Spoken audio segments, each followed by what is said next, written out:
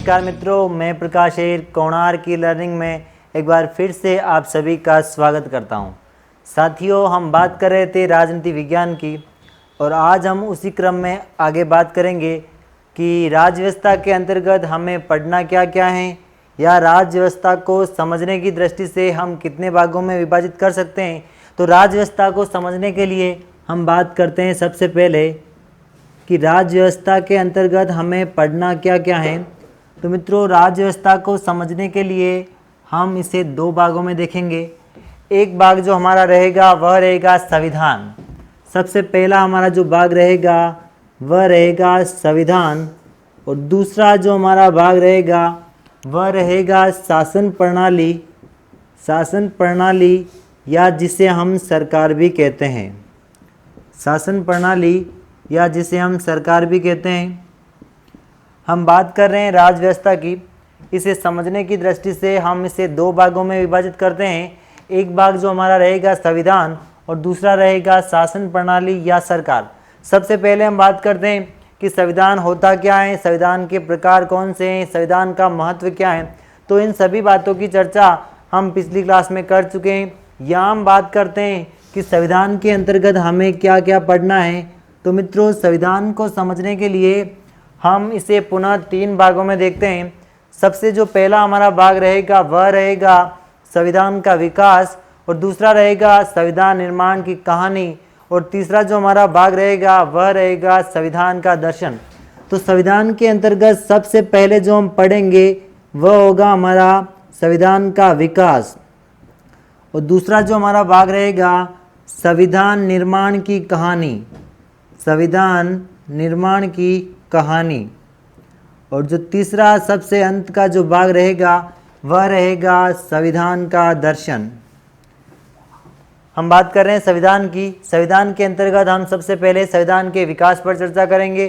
संविधान के विकास से हमारा अर्थ ये है कि मित्रों, भारत का जो संविधान बना या भारत में संविधान के निर्माण से पूर्व ईस्ट इंडिया कंपनी या ब्रिटेन की सरकार द्वारा किस प्रकार से शासन का संचालन किया जाता था और कौन कौन से अधिनियम बनाए गए, इन सभी बातों की चर्चा हम संविधान के विकास में या संविधान की ऐतिहासिक पृष्ठभूमि में करते हैं। उसके बाद में आगे हमारा जो भाग रहेगा वह रहेगा संविधान निर्माण की कहानी कि संविधान की मांग कब रखी गई, संविधान सभा का गठन कब हुआ, संविधान सभा में कौन कौन सी समितियाँ बनी, कितनी महिला सदस्य थी, कितना खर्च हुआ और कितना समय लगा। इन सभी बातों की चर्चा आगे हम विस्तृत रूप से संविधान निर्माण की कहानी में करते हैं। और उसके बाद में संविधान के दर्शन में हमने पिछली क्लास में देखा था कि संविधान के दर्शन के अंतर्गत हम बात करते हैं भारतीय संविधान की विशेषताएं, संविधान की प्रस्तावना, मूल अधिकार, मूल कर्तव्य और राज्य के नीति निर्देशक तत्व। तो यहाँ तक हमने पिछली क्लास में चर्चा की थी। मित्रों, आज हम बात करेंगे सरकार के बारे में। हम सबसे पहले बात करते हैं संविधान कि संविधान नियमों का एक लिखित दस्तावेज होता है जिसके द्वारा शासन का संचालन किया जाता है। तो मित्रों, प्रश्न होगा कि शासन का संचालन किसके द्वारा किया जाता है। तो मित्रों, शासन का संचालन सरकार द्वारा किया जाता है। तो सरकार की परिभाषा में हम यूँ कह सकते हैं कि वह निकाय जो शासन का सही रूप से या संविधान के अनुरूप शासन का संचालन करती है उसे हम सरकार कहते हैं। तो सबसे पहले हम बात करेंगे कि सरकार के प्रकार कौन कौन से होते हैं। सरकार के प्रकारों की अगर हम चर्चा करें तो मित्रों, अलग अलग देशों में सरकार के अलग अलग प्रकार हो सकते हैं, लेकिन यहाँ जो हम बात करेंगे वह भारतीय संविधान और भारतीय राज्य व्यवस्था के संदर्भ में हमारी बात होगी। तो सबसे पहले हम देखेंगे कि भारतीय सरकार की प्रकार कौन कौन से हैं। तो संविधान के अनुसार या भारतीय राज्य व्यवस्था के अनुसार हम सरकार की बात करें तो सरकार के जो हमारे प्रकार रहेंगे, सबसे पहला जो प्रकार रहेगा संघ सरकार। सबसे जो पहला प्रकार होगा वह होगा संघ सरकार, जिसे हम केंद्र सरकार भी कहते हैं और जिसका उल्लेख भारतीय संविधान के भाग 5 में किया गया है। हम बात कर रहे हैं सरकार की। सरकार के तीन प्रकार होंगे। एक होगा संघ सरकार जिसे हम केंद्र सरकार कहते हैं, दूसरा होगा राज्य सरकार, दूसरा रहेगा मित्रों राज्य सरकार और जिसका उल्लेख भारतीय संविधान के भाग 6 में किया गया है, जिसका उल्लेख भारतीय संविधान के भाग 6 में किया गया है। उसके बाद में आगे हमारा रहेगा संविधान सरकार का तीसरा प्रकार स्थानीय सरकार। और स्थानीय सरकार की यदि हम बात करें तो भारतीय संविधान के भाग 9 में हमें स्थानीय सरकार का उल्लेख मिलता है। तो यहाँ तक हमने बात की कि सरकार के 3 प्रकार होते हैं। कौन कौन से? एक रहेगा हमारा संघ सरकार, दूसरा रहेगा राज्य सरकार और जो तीसरा रहेगा स्थानीय सरकार। संघ सरकार का उल्लेख भारतीय संविधान के भाग 5 में किया गया है, भारतीय संविधान के भाग 6 में राज्य सरकार का उल्लेख और भारतीय संविधान के भाग 9 में स्थानीय सरकार का उल्लेख किया गया है। अब हम सबसे पहले बात करेंगे केंद्र सरकार की कि संघ सरकार के अंतर्गत इसके पुनः 3 अंग कौन कौन से हैं और राज्य सरकार के अंतर्गत इसके पुनः 3 अंग कौन कौन से हैं और स्थानीय सरकार के अंग कौन कौन से हैं। तो सबसे पहले हम बात करेंगे संघ सरकार की। मित्रों, संघ सरकार की यदि हम बात करें तो संघ सरकार के पुनः 3 अंग होते हैं। सबसे पहला जो अंग होगा वह होगा कार्यपालिका। सबसे पहला जो अंग रहेगा वो रहेगा कार्यपालिका और संघ सरकार का दूसरा अंग होगा व्यवस्थापिका। व्यवस्थापिका और संघ सरकार के अंतर्गत तीसरा जो अंग होगा वह होगा न्यायपालिका। न्यायपालिका।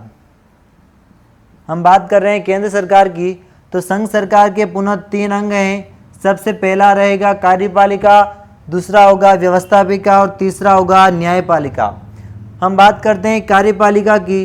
तो मित्रों, कार्यपालिका का कार्य होता है कानूनों को लागू करना। और कानूनों को लागू करना, तो फिर कौन से कानून लागू करती है कार्यपालिका? तो कार्यपालिका जो कानून लागू करती है वह व्यवस्थापिका या संसद द्वारा जो कानून बनाए जाते हैं उनको लागू करने का जो कार्य होता है वह होता है कार्यपालिका का। व्यवस्थापिका की अगर हम बात करें तो व्यवस्थापिका का प्रमुख कार्य होता है कानूनों का निर्माण करना। अब हम देखते हैं कि कार्यपालिका के अंतर्गत हम किसे शामिल करते हैं और व्यवस्थापिका के अंतर्गत किसे शामिल करते हैं। तो सबसे पहले यदि हम कार्यपालिका की बात करें दोस्तों, तो कार्यपालिका के अंतर्गत हम शामिल करते हैं राष्ट्रपति को। राष्ट्रपति को कार्यपालिका के अंतर्गत शामिल करते हैं। उपराष्ट्रपति को भी हम कार्यपालिका के अंतर्गत शामिल करते हैं और प्रधानमंत्री को कार्यपालिका के अंतर्गत शामिल करते हैं। प्रधानमंत्री के मंत्री परिषद को भी हम कार्यपालिका के अंतर्गत शामिल करते हैं। और एक रहेगा हमारा महान्यायवादी। महान्यायवादी जिसे हम अटॉर्नी जनरल भी कहते हैं। तो हमने बात की संघ सरकार की और कार्यपालिका की बात की कि कार्यपालिका के अंतर्गत हम किसे शामिल करते हैं। तो कार्यपालिका के अंतर्गत हम राष्ट्रपति को शामिल करते हैं, उपराष्ट्रपति को शामिल करते हैं, प्रधानमंत्री को शामिल करते हैं, प्रधानमंत्री की मंत्री परिषद को शामिल करते हैं और एक महान्यायवादी को शामिल करते हैं। और कार्यपालिका का प्रमुख कार्य होता है कानूनों को लागू करना। और कौन से कानूनों को लागू करना? तो व्यवस्थापिका या संसद द्वारा जो कानून बनाए जाते हैं उन कानूनों को लागू करने का जो कार्य रहेगा मित्रों वह रहेगा कार्यपालिका का। आगे हम बात करते हैं व्यवस्थापिका की और संसद की। यदि हम बात करें तो भारतीय संविधान का आर्टिकल 79, भारतीय संविधान का आर्टिकल 79 संसद का उल्लेख करता है और जिसमें कहा गया कि एक संसद होगी जो राष्ट्रपति, लोकसभा और राज्यसभा से मिलकर बनेगी। मित्रों, संसद राष्ट्रपति, लोकसभा और राज्यसभा से मिलकर बनती हैं। लोकसभा और राज्यसभा। हम बात करें संसद की, तो संसद का उल्लेख भारतीय संविधान के आर्टिकल 79 में किया गया है, जिसमें कहा गया है कि एक संसद होगी जो राष्ट्रपति, लोकसभा और राज्यसभा से मिलकर बनेगी।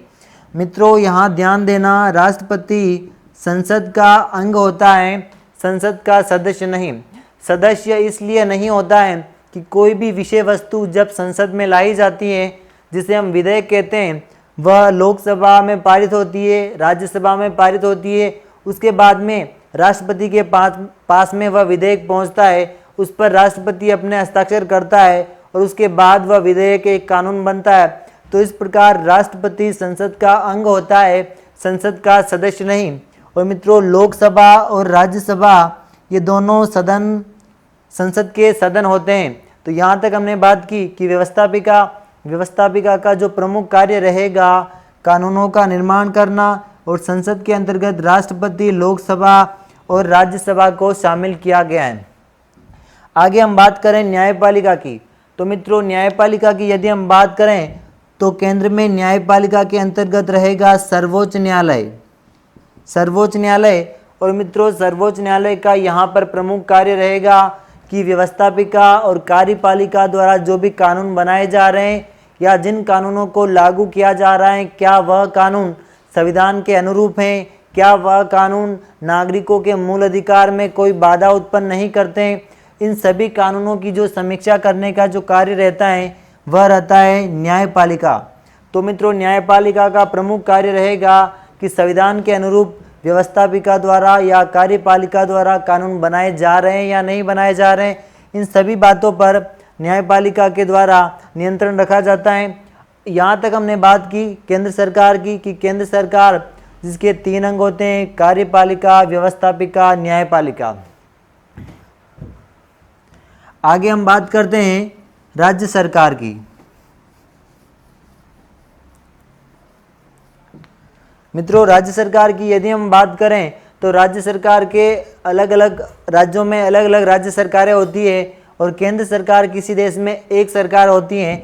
राज्य सरकार की यदि हम बात करें तो जिस प्रकार से केंद्र सरकार में सरकार के 3 अंग हैं, कार्यपालिका, व्यवस्थापिका, न्यायपालिका, उसी प्रकार से राज्य सरकार में भी राज्य सरकार के 3 अंग रहेंगे, कार्यपालिका, दूसरा रहेगा व्यवस्थापिका और तीसरा रहेगा न्यायपालिका। मित्रों जिस प्रकार से संघ की कार्यपालिका का प्रमुख कार्य होता है कानूनों को लागू करना, उसी प्रकार से राज्य की कार्यपालिका का भी प्रमुख कार्य रहता है कि कानूनों को लागू कैसे किया जाए। तो राज्य की कार्यपालिका का प्रमुख कार्य होता है कानूनों को लागू करना और व्यवस्थापिका का प्रमुख कार्य होता है कानूनों का निर्माण करना। व्यवस्थापिका का प्रमुख कार्य होता है कानूनों का निर्माण करना और मित्रों राज्य की व्यवस्थापिका को विधानमंडल भी कहते हैं। राज्य की व्यवस्थापिका को विधानमंडल भी कहते हैं। मित्रों विधानमंडल इसलिए कहते हैं कि भारतीय संविधान का आर्टिकल 168 कहता है कि भारत के सभी राज्यों में एक विधानमंडल होगा। विधानमंडल इस प्रकार से होगा कि भारतीय संविधान के आर्टिकल 168 में कहा गया है कि प्रत्येक राज्य में एक विधानमंडल होगा। विधानमंडल की यदि हम बात करें तो मित्रों विधानमंडल के अलग अलग अंग हैं। किसी राज्य में विधानमंडल के 2 अंगों को शामिल किया गया है और किसी राज्य में विधानमंडल के 3 अंगों को शामिल किया गया है।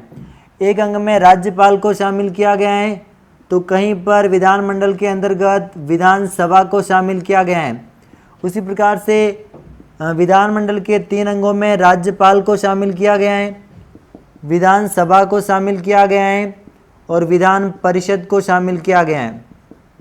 तो इस प्रकार से यदि मैं आपसे प्रश्न पूछूं कि भारत के कितने राज्यों में विधानमंडल हैं तो आपका जवाब होगा 6 राज्यों में, 7 राज्यों में, 8 राज्यों में। लेकिन मित्रों ध्यान दीजिएगा भारतीय संविधान का आर्टिकल 168 कहता है कि भारत के सभी राज्यों में एक विधानमंडल होगा। इस प्रकार भारत के सभी राज्यों में एक विधानमंडल है। उसके बाद आगे हम बात करें राज्य की न्यायपालिका की, तो मित्रों राज्य की न्यायपालिका के अंतर्गत हम बात करें तो यहाँ पर होगा हाई कोर्ट और केंद्र की न्यायपालिका में रहता है सुप्रीम कोर्ट। सुप्रीम कोर्ट और राज्य की न्यायपालिका में रहेगा उच्च न्यायालय। उच्च न्यायालय और उच्च न्यायालय के अधीनस्थ जिला स्तर पर जिला न्यायालय। टेक्निकल टीम जरा एक बार देखिएगा यहाँ तक आ रहा है क्या। आगे हम बात करते हैं कि कार्यपालिका के अंतर्गत हम किसे शामिल करते हैं। तो मित्रों राज्य की कार्यपालिका के अंतर्गत यदि हम देखते हैं तो राज्य की कार्यपालिका के अंतर्गत हम राज्यपाल को शामिल करते हैं।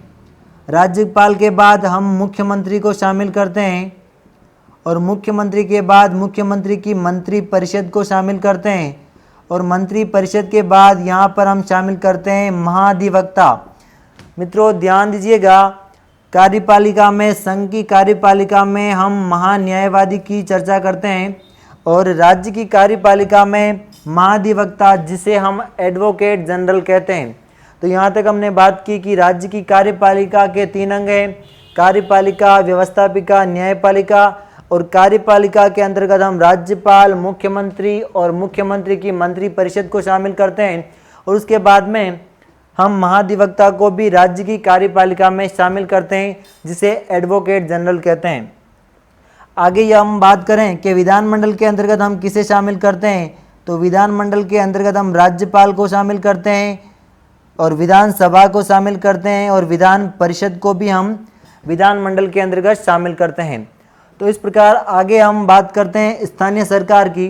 तो स्थानीय सरकार की यदि हम बात करें मित्रों, तो स्थानीय सरकार को हम 2 भागों में देखेंगे। एक होगा हमारा ग्रामीण स्थानीय स्वशासन, ग्रामीण स्थानीय स्वशासन, और दूसरा रहेगा नगर पालिका, नगर पालिका, या जिसे हम शहरी स्थानीय सरकार भी कह सकते हैं।